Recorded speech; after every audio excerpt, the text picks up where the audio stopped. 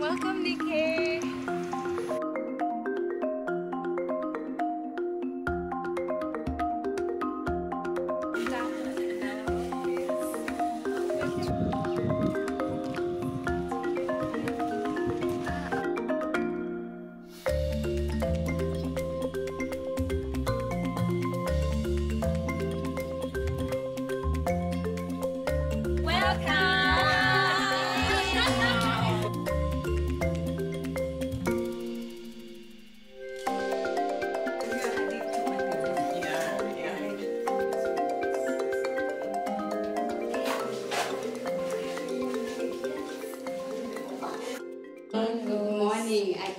Good morning. How are you feeling?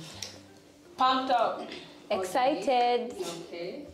So today's conversation will be around sexual reproductive health and rights.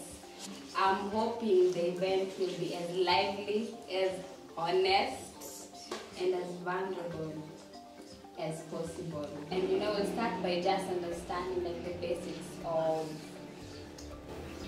bodily autonomy, what that is and what it means to each one of us. What do you understand by the term bodily autonomy as a young woman? For me, autonomy is like being free from any coercion or any influence. When you bring bodily autonomy, it's like my body, my choice or something. Yeah.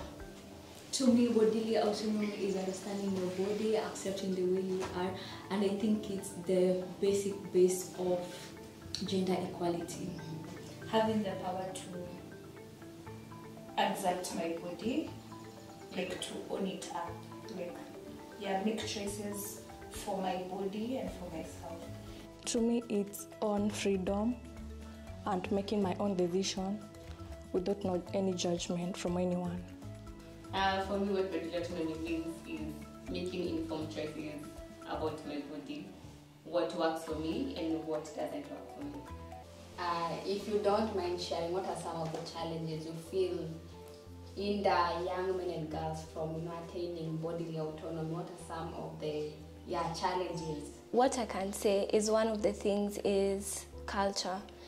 I think from a long time ago, women have been given the pressure by culture to be in a certain way. There's a certain way women are expected to behave, and that is what I feel like growing up they keep trying to fit into that image even if that's not who they are.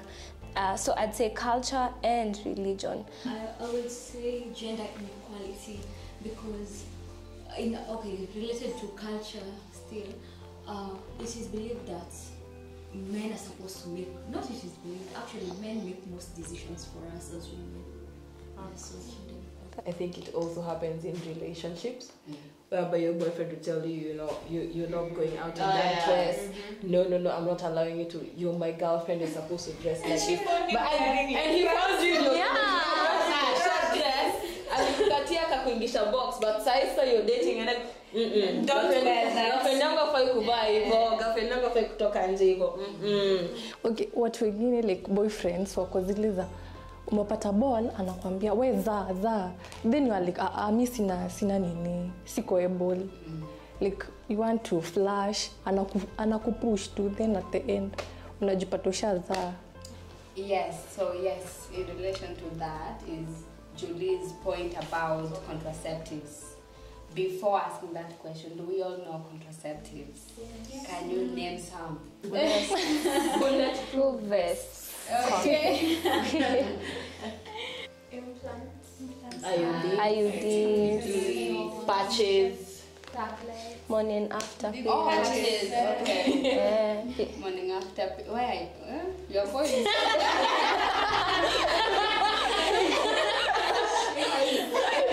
Okay. Have you ever tried accessing them?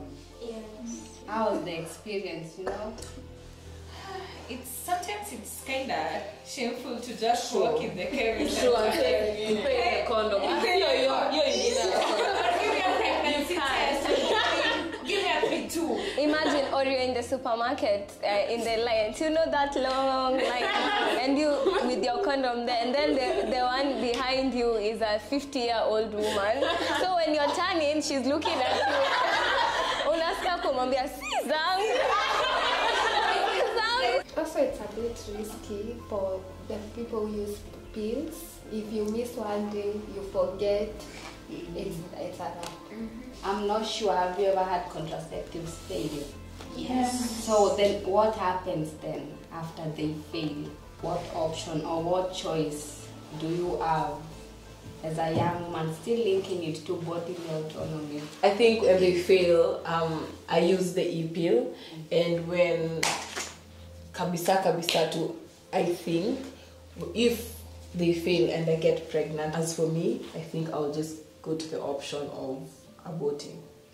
I feel we should have access. Like, for example, if you go to a place like Marley Stopes, you will have like the option to tell the doctor, hey, nilikunywa P2, it may backfire, but it may still don't want this child. What can we do? Because if you go to somewhere else, there's no discussion. Uko na mimba, madam toka. Next patient, amanitie sijui nani. Like, move, we need to go to the next patient. For me, I think abortion should be legalized so that it can be more safe for women and girls.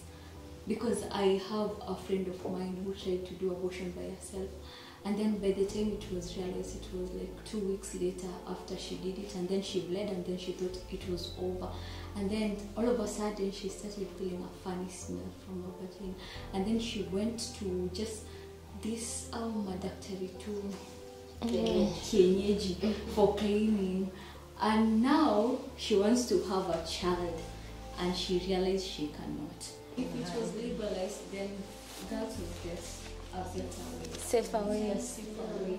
Do you expect a 10-year-old who has been raped to keep a baby? She's still a baby herself. She has no, like, she has not grown yet. So what options would you want such a girl to have? It needs a change of mindset. It's more of mindset, and perspective. As much as we're talking about girls being informed, and you've also said that some girls are informed but they don't use the information, I would say this is because of lack of safe space for us. We tend to act like we're creating safe space for women and girls, but then at the same time, the same women who are creating the same safe space are the same women judging other girls.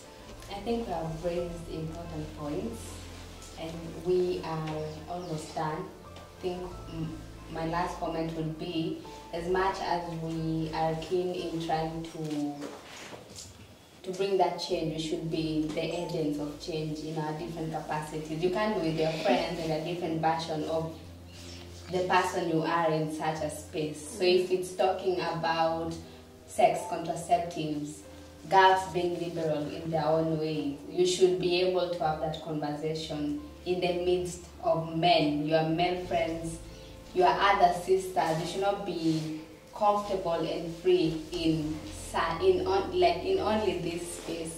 You should transfer that knowledge to girls in whatever space you are in. It has been an interesting topic.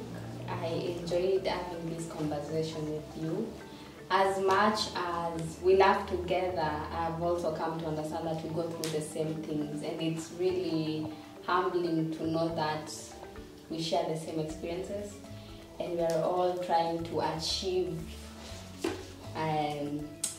this world for young men and girls, a safe world, a safe environment, a safe space.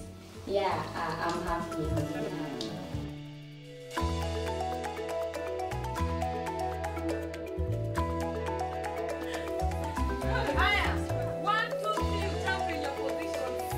When you're shouting.